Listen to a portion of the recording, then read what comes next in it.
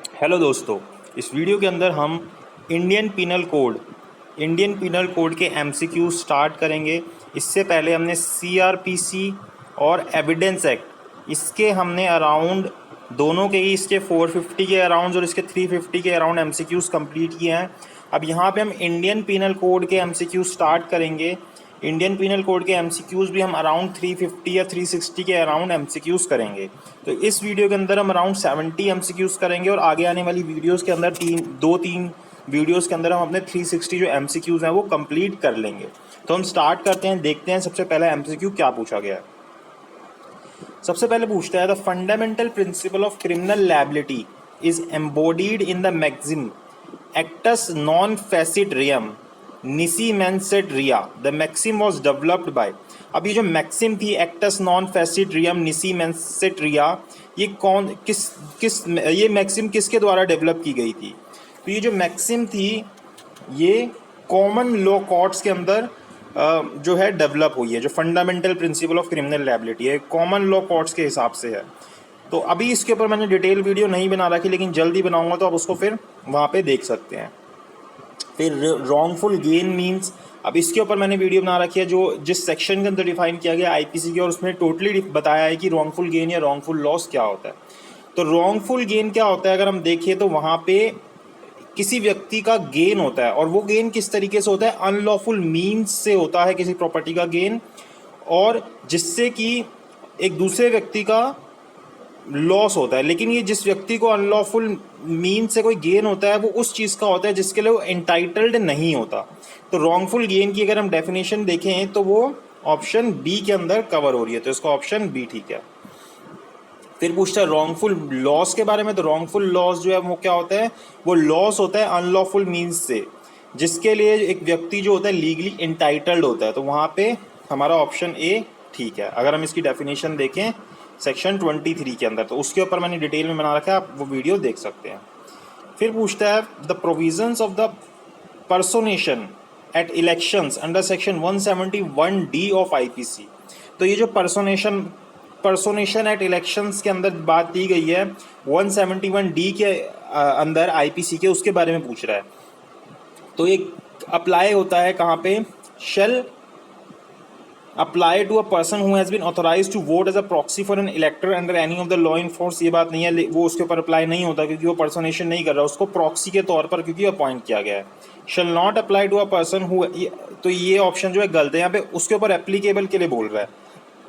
Shell not apply to a person who has been authorised to vote as proxy for an elector under any law forcing, तो ये तो ठीक है। उसके बाद बोलता है does not lead to any restriction under any law in force, तो ये बात गलत है, तो इसका ऑप्शन बी ठीक है। फिर पूछता है dishonestly has been defined as doing anything with intention to cause wrongful gain to one person and wrongful loss to another under. तो कौन से सेक्शन के अंदर हमें डिसऑनेस्टी की जो वो डेफिनेशन है वो समझाई गई है? डिसऑनेस्टी की जो डेफिनेशन है वो हमें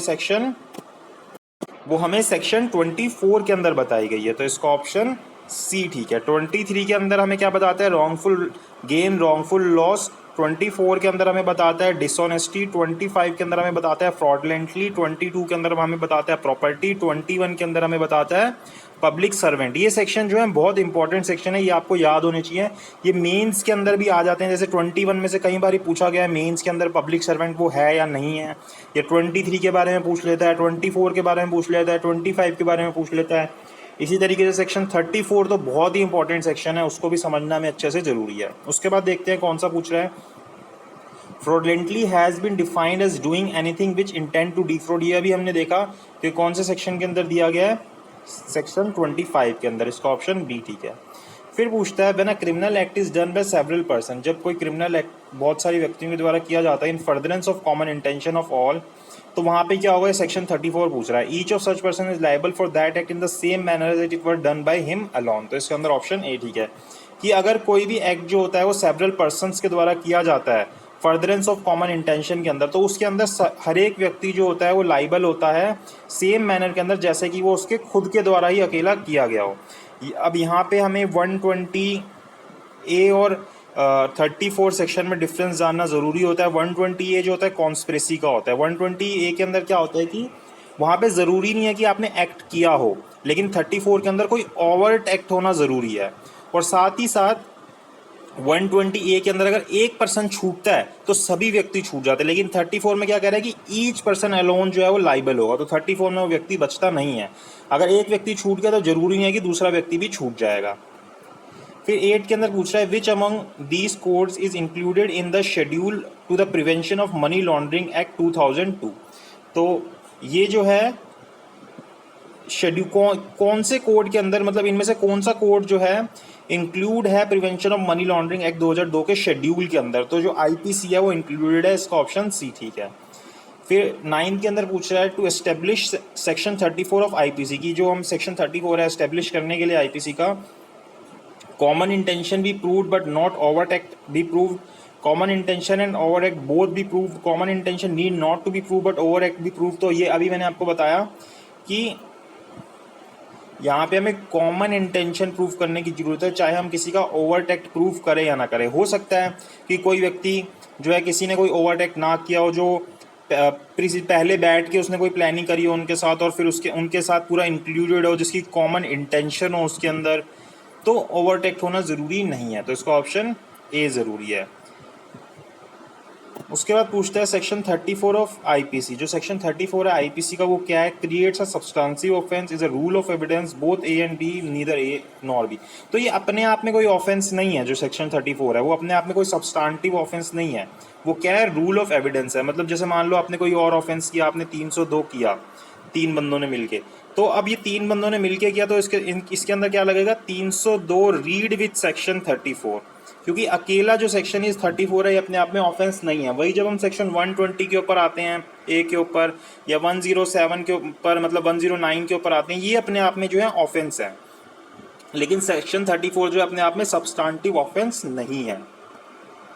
फिर 11 के अंदर पूछता है X and Y go to murder, दोनों मर्डर करने जाते हैं जेड का। X stood on the guard with the spear in hand but did not hit Z, वो अपना हाथ में स्पीयर लेके खड़ा रहता है लेकिन जेड को मारता नहीं है। वाई किल जेड, यहाँ पे जेड जो है वो उसको मार देता है। तो यहाँ पे क्या होगा, दोनों ने ही क्या किया है, कॉमन इंटेंशन से वहाँ पे गए हैं।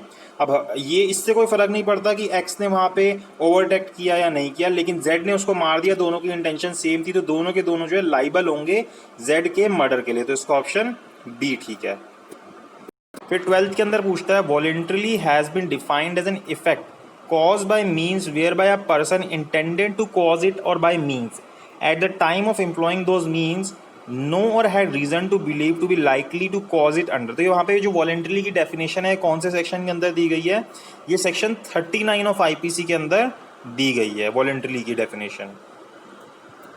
फिर under section 45 of IPC life denote, जब हम सेक्शन 45 पढ़ते हैं तो लाइफ का मतलब क्या होता है, life of human being, life of animal, life of human being and animal both, life of either human being और एनिमल। तो जो हमारा इंडियन पीनल कोड है वो ह्यूमन बीइंग के लिए बेसिकली बनाया गया, तो यहाँ पे जो सेक्शन 45 है उसके अंदर लाइफ का मतलब लाइफ ऑफ ह्यूमन बीइंग को डिनोट किया गया, तो इसका ऑप्शन ए ठीक है।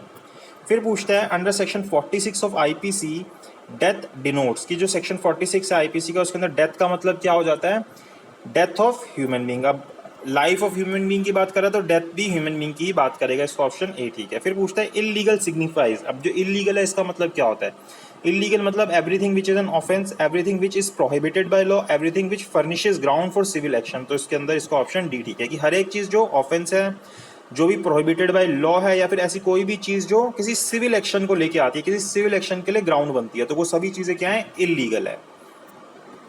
एनिमल डिनोट्स, अब जो एनिमल है इसका मतलब क्या होता है, any living creature including human being, any living creature other than a human being. तो इसका ऑप्शन बी ठीक है कि ह्यूमन बीइंग को छोड़ के जितने लिविंग क्रिएचर हैं वो क्या कहलाते हैं, एनिमल कहलाते हैं। फिर how many types of punishment have been prescribe under the Indian penal code, कितनी तरीके की पनिशमेंट बताई गई है, 5 तरीके की पनिशमेंट बताई गई है सेक्शन 54 के अंदर, उसको आप पढ़ सकते हैं, तो इसका ऑप्शन सी ठीक है। फिर 18 के अंदर पूछता है under section 60 of IPC certain case of imprisonment the sentence of imprisonment, कि अगर किसी को इम्प्रिजमेंट होती है तो उसके अंदर पूछ रहा है कि वो जो सेंटेंस ऑफ इम्प्रिजमेंट है क्या कैसा हो सकता है, वो पार्टली रिग्रेस हो सकता है और पार्टली सिंपल हो सकता है, तो इसका ऑप्शन सी ठीक है। फिर पूछता है sentence of imprisonment for non payment of fine under section 64 of IPC, की किसी को अगर इम्प्रिजमेंट की जाती है, अगर वो फाइन पे नहीं करता सेक्शन 64 आईपीसी के अंदर, तो वो किस तरीके की होगी, shall be in excess of any of other imprisonment to which the an offender has been sentence. तो इसका ऑप्शन ए ठीक है कि जितना उसको सेंटेंस मिला उसके अलावा उसको उसके लिए और सजा भुगतनी पड़ेगी। फिर 20 के अंदर पूछता है under section 65 of IPC sentence of imprisonment for non payment of fine shall be limited to की जो नॉन पेमेंट ऑफ फाइन के कारण इम्प्रिजमेंट हो रही है वो कितने टाइम तक मैक्सिमम होगा। 1/3 of the maximum term of imprisonment fix for the offence, 1/4, 1/2 या equal to the maximum term. तो यहाँ पे वो जो होता है वो कितने टाइम के लिए होता है, 1/4 of the maximum term of imprisonment fix for the offence के लिए होता है। तो इसका ऑप्शन बी ठीक है। In case of an offence punishable with fine only, imprisonment for non payment of fine की जहाँ पे ऑफेंस जो होता है सिर्फ फाइन के लिए इम्प्रिजमेंट होता है, तो वहाँ पे अगर वो फाइन की पेमेंट नहीं की जाती तो वहाँ पे किस तरीके की इम्प्रिजमेंट होगी उसके बारे में पूछ रहा है। तो वहाँ पे वो जो इम्प्रिजमेंट होगी वो सिंपल इम्प्रिजमेंट होगी। तो इसका ऑप्शन बी ठीक है।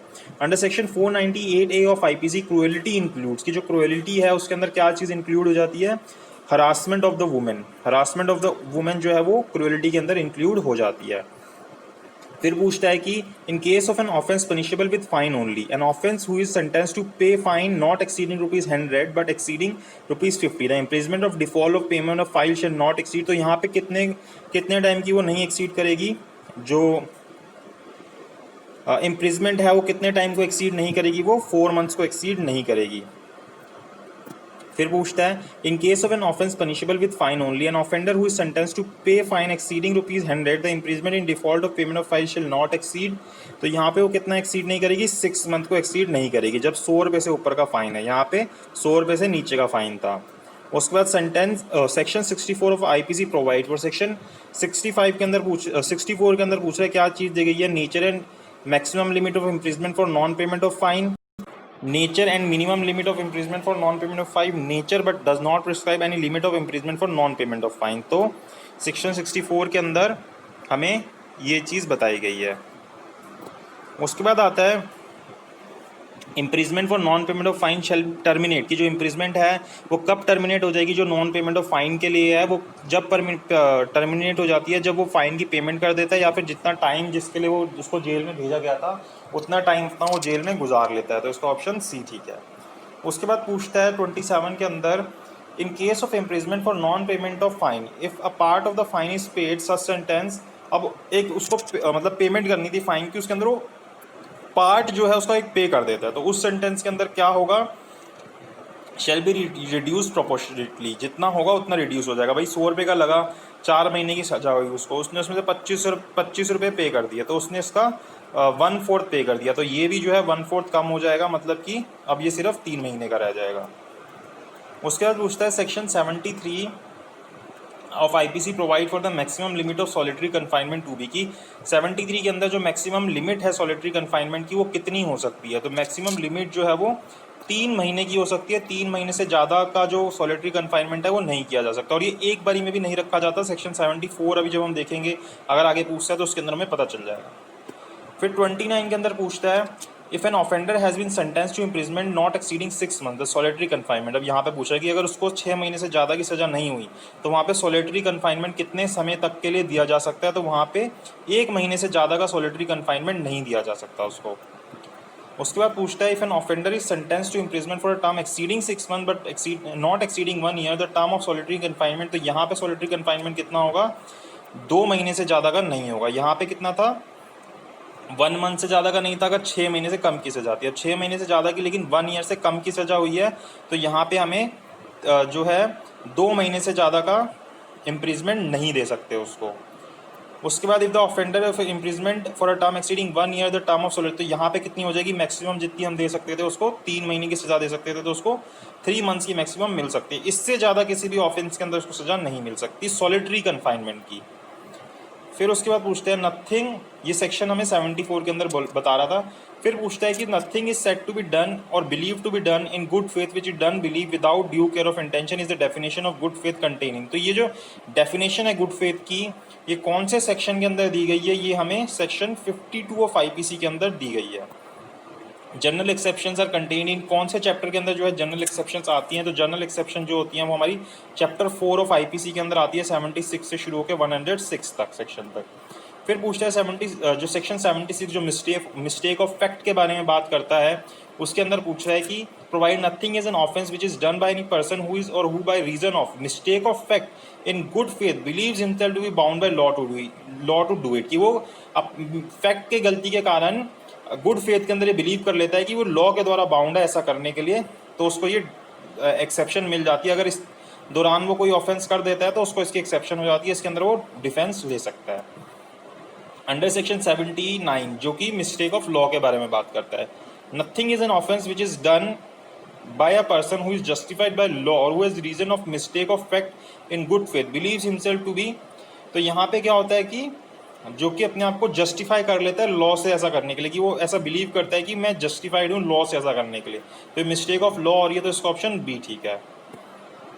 फिर 36 के अंदर पूछता है the maxim ignorantia juris non executed means, ये जो मैक्सिम है इसका मतलब पूछा है, इसका मतलब होता है इग्नोरेंस ऑफ लॉ जो होता है वो कोई एक्सक्यूज़ नहीं होता, तो इसका ऑप्शन ए ठीक है कि आप लॉ को अगर एक्सक्यूज़ कर रहे हो तो लॉ को अगर इग्नोर कर रहे हो तो वो कोई एक्सक्यूज़ नहीं बनेगा। आप अगर फैक्ट को इग्नोर कर देते हो वो एक्सक्यूज़ बन जाता है, लेकिन लॉ को इग्नोर करना नहीं बनता। Section 676 and 79 IPC provide general exception of, तो ये किस चीज़ की जनरल एक्सेप्शन के बारे में बात कर रहा है, ये general exception mistake of fact के बारे में बात कर रहा है। मिस्टेक ऑफ लॉ जो होता है वो उसकी एक्सेप्शन आपको नहीं मिलती। फिर 38 के अंदर पूछता है accident as an exception has been dealt with in, जो एक्सीडेंट है वो कौन से सेक्शन के अंदर दिया गया है एज एक्सेप्शन, सेक्शन 80 के अंदर हमें दिया गया है। फिर आगे पूछता है under section 80 the exception of accident is available when an offence is committed while, की जो सेक्शन 80 की जो एक्सेप्शन है वो हमें किस हिसाब से मिलती है, जब कोई ऑफेंस जो होता है किस तरीके से कमिट हुआ होता है, doing a lawful act in a lawful manner by lawful means, तो इसका ऑप्शन ए ठीक है कि आप कोई लॉफुल एक्ट करते हो, लॉफुल मैनर के अंदर करते हो, लॉफुल मीन्स के द्वारा करते हो, तो वहाँ पे ही आपको एक्सेप्शन मिल जाती है। फिर 40 के अंदर पूछा था principle as to the way in which a man should behave when he has to make a choice between two evils, कि भाई उसको दो इविल्स के अंदर अगर चॉइस करनी होती है तो जिस तरीके से वो बिहेव करेगा वो कौन से सेक्शन के अंदर दिया गया, सेक्शन 81 के अंदर, कि भाई एक तरफ उससे बड़ा क्राइम हो रहा है एक तरफ छोटा क्राइम हो रहा है, तो वो इसको चुन सकता था, तो उसके लिए उसको डिफेंस मिल जाएगा सेक्शन 81 के अंदर। फिर पूछता है 41 के अंदर the motive under section 81 of IPC should be, जो मोटिव है सेक्शन 81 के अंदर वो क्या होना चाहिए motive, prevention of harm to person, prevention of harm to the property, तो दोनों ही चीज़ें हो सकती हैं, तो इसका ऑप्शन डी ठीक है। फिर पूछा है infancy as an exception has been provided, जो इन्फेंसी है वो कौन से सेक्शन के अंदर दी गई है, वो हमें सेक्शन 82 के अंदर दी गई है।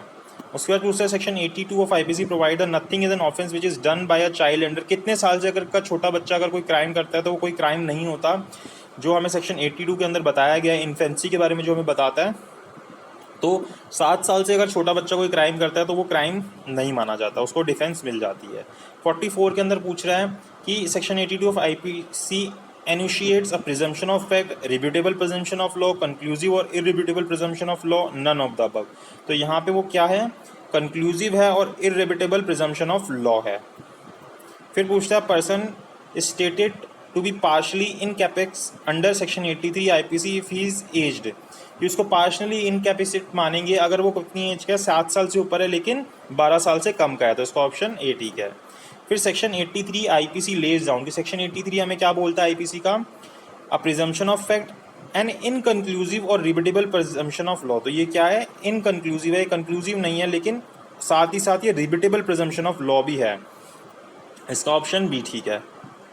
फिर पूछता है section 82 of IPC laid down the rule of, जो 82 है, जो सेक्शन 82 है वो किस चीज़ का रूल देता है, होली इनकैप्स, मतलब कि इनकैपेसिटी, उसके अंदर होली इनकैपेक्स है वो, और जो 83 है वो हमें पार्शली इनकैपेक्स के बारे में बताता है। फिर 48 के अंदर पूछता है कि under section 82 83 IPC an offence is punishable if the done by a child, अगर वो एक चाइल्ड के द्वारा होता है तो उसके बारे में पूछ रहा है, तो कितनी एज के लिए होगा, कि वो 7 साल से ऊपर के बच्चे के लिए हो लेकिन 12 साल से कम के बच्चे के लिए हो, और उसने सफिशिएंट मेच्योरिटी जो है, अंडरस्टैंडिंग जो है वो अगर अटेन कर ली हो, तो फिर वो क्या बन जाता है, पनिशेबल बन जाता है। भाई 7 साल से नीचे तो बिल्कुल ही कोई ऑफेंस नहीं होता, लेकिन 7 से 12 साल के अंदर आ जाता है, और अगर वो ऑफेंस को समझने के लिए उसके अंदर मेच्योरिटी है, अंडरस्टैंडिंग है, तो फिर उसको वो पनिशमेंट मिल जाती है। भाई एक बच्चा किसी घर के अंदर घुस के चोरी करके सामान लेके आ रहा है, तो उसका मतलब उसके अंदर मेच्योरिटी और अंडरस्टैंडिंग है, तो उसको पनिशमेंट मिल जाएगी उसकी। विच of the following pair is not correctly match, इसमें से कौन सा जो है सही से मैच नहीं हुआ, mens rea R v Prince case ठीक है, फिर नेसेसिटी डीपीपी बियर्ड का केस ठीक है। Insanity McNaughton case, insanity McNaughton case इसमें नहीं आता, ये वाला इसके अंदर गलत इसने ऑप्शन दिया, तो इसका ऑप्शन सी ठीक है। फिर पूछता है बताना आप मैकनॉटन केस किसके अंदर आता है, बहुत फेमस केस है और किसके अंदर आता है, अभी इसके अंदर हम डिस्कस भी कर चुके हैं कि उस टॉपिक को, तो आप बताना मैकनॉटन केस किसके अंदर आता है कमेंट बॉक्स में। फिर 50 के अंदर पूछता है the maxim actus non facit rea nisi mens sit rea means, ये जो मैक्सिम है actus non facit rea nisi mens sit rea means का मतलब क्या है। इसका मतलब होता है कि कोई भी क्राइम नहीं हो सकता जब तक कि हमारा माइंड जो है उसके लिए गिल्टी ना हो, मतलब गिल्टी माइंड नहीं होगा तब तक कोई क्राइम नहीं होगा, तो इसका ऑप्शन बी ठीक है, actus non facit rea nisi mens sit rea. फिर पूछता है in every statute mens rea is to be implied unless the contrary is shown, कि हर चीज़ के अंदर हमें मेंस रिया दिखाना पड़ता है हर एक लॉ के अंदर जब तक कि उसका कॉन्ट्रे जो है शो ना हो जाए। तो ये जो व्यू है कहाँ पे एक्सप्रेस किया गया था, ये जो व्यू है शेरस वर्सेस डी रिडजन के अंदर शो किया गया था। फिर यहाँ पे अब ऑप्शन दे रहे हैं, हमें बताना है कि कौन से ठीक है कौन से गलत हैं। ऑप्शन देता है the physical aspect of crime is actus reus, बिल्कुल ठीक है कि भाई किसी चीज़ का फिजिकल एस्पेक्ट जो है क्राइम का वो क्या है, एक्टस रियस, एक्ट मतलब कि जो आपने एक्ट किया, रियस मतलब prohibited by law. The mental aspect of crime is mens rea, ठीक है, मतलब कि गिल्टी माइंड जो है। The motive is a desire to commit crime which of the, हाँ तो मोटिव जो है वो क्या होना चाहिए कि डिजायर क्राइम कमिट करने के लिए, तो ये सारे ही ठीक है, तो इसका मतलब ऑप्शन डी ठीक है। सेक्शन 84 के बारे में पूछ रहा है, section 84 of IPC provides for legal insanity के बारे में बताता है वो कि लीगल इंसैनिटी सेक्शन 84 के अंदर दी गई है, तो इसका ऑप्शन बी ठीक है। उसके बाद पूछता है इररेजिस्टिबल इम्पल्स इज अ डिफेंस, की जो इररेजिस्टिबल इम्पल्स है वो डिफेंस हो जाती है, कहाँ पे ये डिफेंस मानी जाती है। ये जो डिफेंस है इंडिया के अंदर नहीं चलती, इंग्लैंड के अंदर नहीं चलती, तो ये ना ही इंग्लैंड के अंदर चलती ना ही इंडिया के अंदर चलती, तो इसका ऑप्शन डी ठीक है। A hangman who hangs the prisoner pursuant to the order of the court is exempt, तो ये मतलब कोई भी जो कोर्ट के ऑर्डर पर कोई काम करता है तो कौन से सेक्शन के हिसाब से वो एग्जम्प्ट होता है, वो सेक्शन 78 के हिसाब से एग्जम्प्ट होता है कि उसने कोई क्राइम कमिट नहीं किया। फिर 56 के अंदर पूछता है insanity as a defence mean that a person at the time of doing an act by reason of unsoundness of mind is incapable of knowing, कि कब हम मानेंगे कि वो जब किस चीज़ को नहीं समझ सकता था, जब वो ये नहीं समझ सकता था कि वो क्या चीज़ गलत कर रहा है, तो इसका ऑप्शन बी ठीक है 56 का। नहीं, नेचर ऑफ द एक्ट भी नहीं समझ सकता था वो, और ये क्या गलत कर रहा है that what is doing constitute, हाँ तो इसका ऑप्शन डी ठीक है, मतलब तीनों में से कोई भी हो सकता है। नेचर ऑफ द एक्ट क्या वो गलत कर रहा है और वो जो कर रहा है वो कॉन्ट्री टू द लॉ है, तो इसका ऑप्शन डी ठीक है। Which of the following is correct, इसमें से कौन सा ठीक है। The burden of proof that the accuse was not insane at the time of commission of the offences on the prosecution, the burden of proving the accuse was insane at the time of commission of the offences on the accused, तो ये burden इसके ऊपर आता है accused के ऊपर कि जब वो क्राइम कमिट कर रहा था उस वक्त वो इंसेन था, तो इसका ऑप्शन बी ठीक है। फिर पूछता है for unsoundness of mind the impairment of the cognitive faculty of mind to escape criminal liability, तो यहाँ पे मस्ट बी टोटल, वो पूरी तरीके से होनी चाहिए, तो इसका ऑप्शन ए ठीक है। फिर पूछता है intoxication as a defence is contain in, intoxication जो है एज अ डिफेंस कौन से सेक्शन के अंदर दी गई है, 85 में भी दी गई है 86 में भी दी गई है, तो इसका बोथ ए एंड बी ठीक है। अब यहाँ पे हमें देखना है कि वॉलेंटरली पी गई है या उसको प्रोवोक करके ज़बरदस्ती पिलाई गई है, तो उसका डिफरेंस आ जाता है। फिर 60 के अंदर पूछता है कि for a defence of intoxication to escape criminal liability the degeneration of mental faculties must be total, must be partial, both A and B, only B above is correct and B is incorrect, तो किस तरीके से होना चाहिए, total होना चाहिए कि उसको नहीं समझ आ रही कोई चीज़। फिर for the defence of intoxication to escape criminal liability the intoxication can be self administered against his will and knowledge should be self administered, तो यहाँ पे क्या हमें पता चल रहा है कि वो उसकी विल के अगेंस्ट होना चाहिए, नॉलेज के अगेंस्ट होना चाहिए, तभी जो है आपको इंटॉक्सिकेशन का डिफेंस मिलेगा, अदरवाइज नहीं मिलेगा। In case where the act involves specific mens rea, in case of intoxication under section 86 of IPC, the specific mens rea depends upon the attending circumstances and the degree of intoxication, कि क्या उसके attending circumstances थे और कितनी degree of intoxication थी, उसके ऊपर depend करता है, इसका ऑप्शन सी ठीक है। The doctrine of voluntary non fit injuria is containing, कि भाई अपने आप को हार्म करने की आप खुद ही जो है परमिशन दे रहे हो, तो ये कौन से सेक्शन के अंदर हमें चीज़ दी गई है, ये हमें सेक्शन 87, 88, 89 तीनों के अंदर ही दी गई है। यहाँ पे डॉक्टर के सामने आप साइन करते हो या कोई आप जैसे कहीं पे कोई एडवेंचरस स्पोर्ट करने जाते हो, तो ये सारी चीज़ें इसके अंदर आ जाती हैं। The defence of consent applies, तो जो डिफेंस है कंसेंट की वो अप्लाई होती है प्राइवेट रॉन्ग के ऊपर, तो इसका ऑप्शन ए ठीक है। फिर 65 के अंदर पूछता है कि the defence of consent is restrictive in its applicability in case involving, कहाँ पे होता है ये ऐसा, जहाँ पे इन एलिनिएबल राइट्स होते हैं, इन एलिनिएबल राइट्स के अंदर ये रेस्ट्रिक्टिव हो जाता है। फिर पूछता है the defence of consent is not available in case of, कि जो डिफेंस है कंसेंट का वो अवेलेबल नहीं होता जहाँ पे क्या होता है, कोई कंसेंट दी जा रही है डेथ करने की या फिर ग्रीवियस हर्ट करने की, तो इसका ऑप्शन सी ठीक है। फिर operation of consent to all offences short of causing death intentionally has been extended under, तो ये कौन से सेक्शन के अंदर एक्सटेंड किया गया, ये हमें सेक्शन 88 ऑफ आईपीसी के अंदर दिया गया। तो यहाँ पे हमने 67 एमसीक्यूज़ किए, इसके आगे हम आगे के एमसीक्यूज़ नेक्स्ट वीडियो में करेंगे, और आईपीसी के ख़त्म होने के बाद हम सीपीसी के एमसीक्यूज़ को स्टार्ट करेंगे। एक तरीके से हमारा क्रिमिनल पार्ट खत्म हो जाएगा और हमारे जो सिविल लॉज हैं उसके हम एमसीक्यूज़ करेंगे। ये जो आप हम एमसीक्यूज़ कर रहे हैं सभी तरीके के एग्ज़ाम्स के अंदर, आप जुडिशरी प्री दे रहे हैं, आप एपीओ के एग्ज़ाम दे रहे हैं, जेएलओ के एग्ज़ाम दे रहे हैं, सभी एग्ज़ाम्स के अंदर किसी भी तरीके के लॉ के एग्ज़ाम दे रहे हैं तो आपको ये हेल्प करेंगे।